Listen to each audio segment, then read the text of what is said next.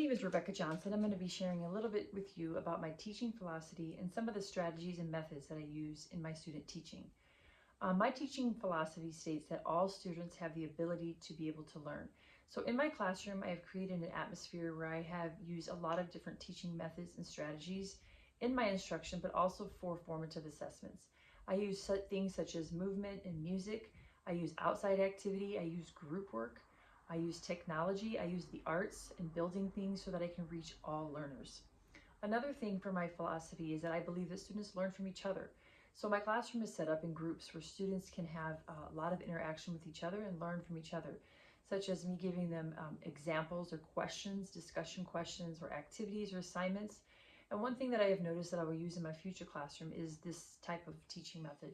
I walk around the classroom and I have seen so much change in the students as they are opening up to each other socially and really just learning from each other.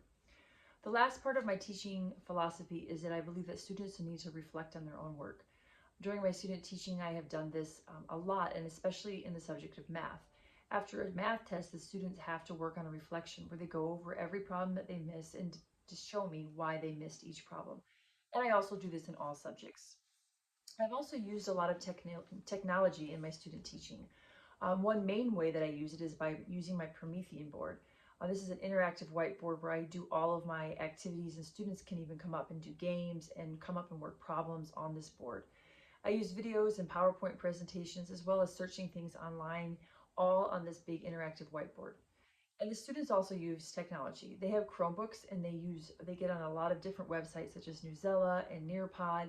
They get on online interactive games for pre-assessments, but also for student reflection at the end of a chapter, such as Blooket, Kahoot, and all those types of games that really the students love to do, but it also helps them work.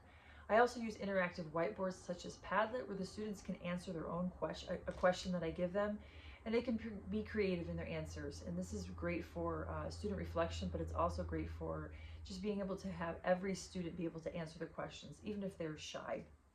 And lastly, students use technology in their own assignments. They do their own PowerPoint presentations and other activities or online assignments that we use Microsoft Teams for, where they can do research, they can do virtual tours, they can just look at anything that they need in using the online platform. And lastly, I'm going to talk a little bit about how I implement Christian worldview in my classroom and how I will do this in my future classroom.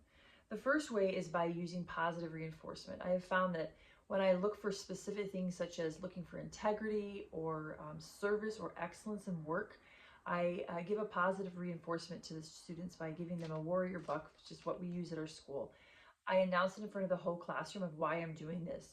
And this has been such a huge improvement for individuals and just like an increase in confidence, but it's also been a great way to just promote good behavior, positive behavior for the whole class.